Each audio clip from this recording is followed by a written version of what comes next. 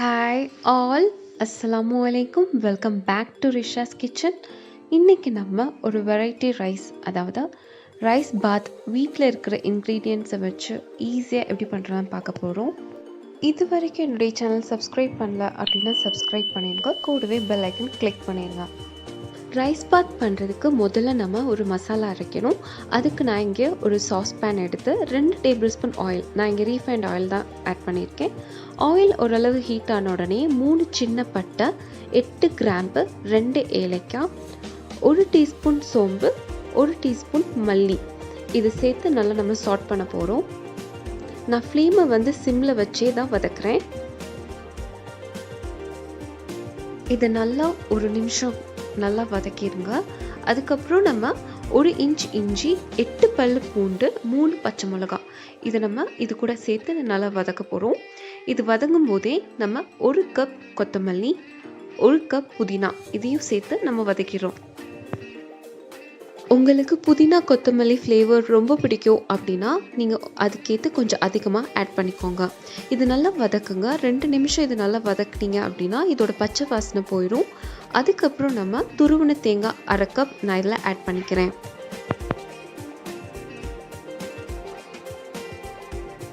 இது நல்லா வதக்கிக்கோங்க. தேங்காய் வந்து நல்லா வதங்கணும். தேங்காயில் இருக்கிற தண்ணி பதம் எல்லாமே போய் அது நல்லா ட்ரை ஆகணும். அது ஓரளவு நல்லா ட்ரை ஆனதுக்கப்புறமா அதோட ஸ்மெல்லெல்லாம் போனதுக்கப்புறம் நம்ம ஃப்ளேம் ஆஃப் பண்ணி இதை ஆறுனதுக்கப்புறம் இதை அரைச்சி எடுத்துக்க போகிறோம். இப்போ இது நல்லா வதங்கிடுச்சு. இது நம்ம ஆறுனதுக்கப்புறம் அரைச்சி பேஸ்ட் ஆக்கிக்கலாம். இப்போது ரைஸ் தாளிக்கிறதுக்கு நான் ஒரு குக்கர் எடுத்துக்கிறேன். அதில் 3 டேபிள் ஸ்பூன் ஆயில் ஆட் பண்ணிக்கோங்க. நான் ரீஃபைண்ட் ஆயில் தான் எடுத்திருக்கேன். ஆயில் நல்லா ஹீட் ஆன உடனேயே அதில் 2 டேபிள் ஸ்பூன் கீ ஆட் பண்ணிக்கோங்க. கீ நல்லா மெல்ட் ஆன உடனேயே 1 டீஸ்பூன் ஜீரகம், cumin சீட்ஸ் இருக்குல்ல, அதை தான் நான் ஆட் பண்ணியிருக்கேன்.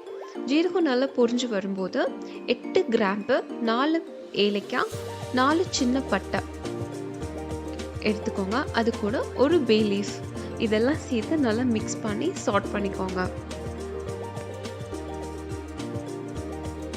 இது நல்லா வதங்கினதுக்கு அப்புறமா 3 மீடியம் சைஸ் பெரிய வெங்காயத்தை பொடிசாக அரிஞ்சு நான் இதில் ஆட் பண்ணிக்கிறேன். இதை மீடியம் ஃப்ளேமில் வச்சு நீங்கள் நல்லா வதக்கிக்கோங்க.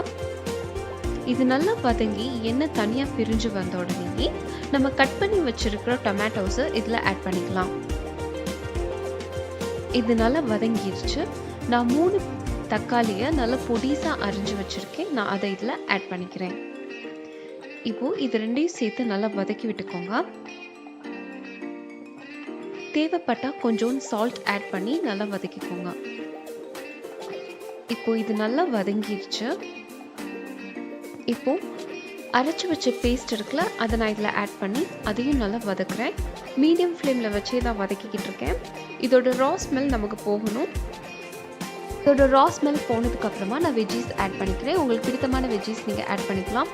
நான் இங்கே 1 கப் கேரட், 1 கப் உருளைக்கிழங்கு, 1 கப் பீன்ஸ் தான் எடுத்திருக்கேன். உங்களுக்கு வேணும்னா க்ரீன் பீஸ், காலிஃப்ளவர் கூட நீங்கள் ஆட் பண்ணிக்கலாம். இது நல்லா வதங்கணும். இது நல்லா வதங்கினதுக்கப்புறமா 1/4 கப் கொத்தமல்லி, 1/4 கப் புதினா, இதெல்லாம் சேர்த்து நல்லா வதக்கிக்கோங்க.